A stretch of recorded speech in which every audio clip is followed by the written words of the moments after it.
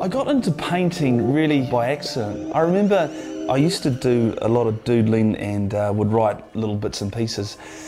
But it was when my future wife, Cherie, bought some paints home, not for me, but for herself. I grabbed them and started to play around with them.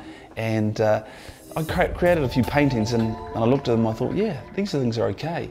But there was just a natural feel, a natural fit, and really, you know, the rest was history. Art's really important to me because I think that creative side is something that if I don't express, it sort of unbalances me. And if you could look at like a pressure cooker, they've got that little whistle that releasing that pressure, it's a bit of that.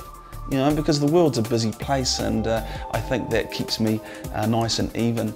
It also challenges me to think, you know, about life and what's around me in a different way, you know, put my twist on things. And I feel really good when I get it out, and I hope that people enjoy it. So it's a win-win thing, I reckon. What I love about this painting is that it's so simple, yeah, it's very complex at the same time, and I think that's the great thing about art. If we look at the pounamu, or the greenstone, is that it's beautiful. It's also practical and strong, and a lot of that is of the Māori culture, and the words balance that out. If we look at too much, that's a contemporary saying of too much, bro. You know, it's a great thing, it's excellent, but not enough is sometimes how we approach things from a Māori perspective, and that the glass is half empty. So too much, it's great, but it's not enough at the same time, and I think that this is what that tells in that story. My family in my life is everything. I think without them, it's the rock that keeps you grounded. And for me, like, I'm very lucky that I was brought up in an area that I've come back to, and I have very close ties, not just with my own immediate family, but with my wife and her family. I'm very fortunate to be married and with 3 children. So it's a very exciting growth stage in my life, and I imagine that my art will reflect that as I move forward. Māori culture in my art is really important. I think because I'm still trying to come to terms with how it all fits in my life. I was brought up certainly in a middle-class Pākehā family. I did have a lot to do with my Māori side, but not as much as I did obviously with my Pākehā side. So for me, I'm very proud of my heritage, but I'm also trying to work out how I can be a positive influence with the Māori culture and my art. I see that to me the Māori culture walks into the future facing backwards, and my attitude is let's face forward and go into the future, because we have so much to offer, and I hope that I portray that message. So here we have another one of my favourite pieces, and the reason being is that for this one, and I think at the start of my painting career, was that I was very naive. So nothing was planned, everything was just what came out of my head at that time. And if we look at the painting, it's all cracked, and I've used probably materials that I shouldn't have, and it's bubbled and looks quite worn. But that's what I love about it, that there's a rawness to it. What I'm trying to say is there's nothing in particular, and that's also good, because progress, undress, leak, that could mean a raft of things to a raft of different people. But it's just nice how something in your head getting up there, and that's the result. I get my inspiration for my art from just living, really. Around me, we live in a really conservative area, so I like to play on that and to give it a real twist, because you know, I believe I'm not eccentric, but I have a very vivid imagination, so I like to distort the reality that we have.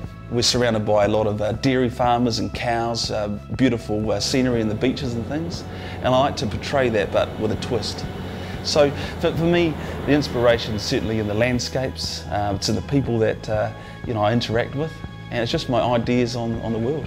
I believe that art is in everyone, no matter how big or small that makes up of your life, because I think we've become a society that, you know, we all fit into boxes, and you know, the corporate world has said that, you know, we must buy this and think that, and I believe we need to swing the balance back and think about the simple things and use our imagination. And I guess the best way to describe that is that, you know, for a kid you can buy them 100 toys, but sometimes they get more pleasure playing with a cardboard box. And that's what I think art is to me. Creativity in my life is really important. I think it's all about balance, and I think if we don't get that creative side out of us, then we're a little bit imbalanced in life. Creativity for me is, it keeps me going. It enables me to take a break from, you know, the chaos that is the world at times. It can be a noisy place, and it's amazing how you can, you know, be in front of a piece of work and, you know, 5 or 6 hours just disappear. But it's also about using your brain. You know, I think that we've given different gifts to use, and you know, I really do believe that I've been given this one, so I enjoy, you know, using it. What I like about this piece is that where I live there's cows everywhere, and I like to incorporate the written word. As a cow and without hands, it was important to have friends. And what's this saying is that, you know, you've got to be tolerant. Friends and family, you know, the most important things in our lives, and if we're not tolerant about the different ways that we see life and our ideals, well then we won't have someone to give us a little bit of a scratch. And that's what I'm trying to say here.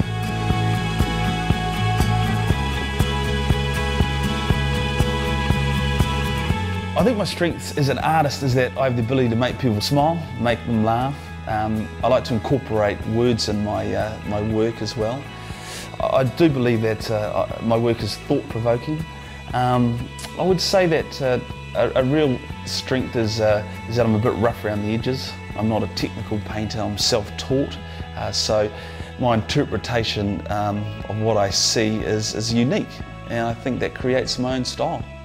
The way I would like people to perceive my artwork is just, number one, is that they feel something about it, whether they hate it, whether they love it, that there is actually a connection on some type of level.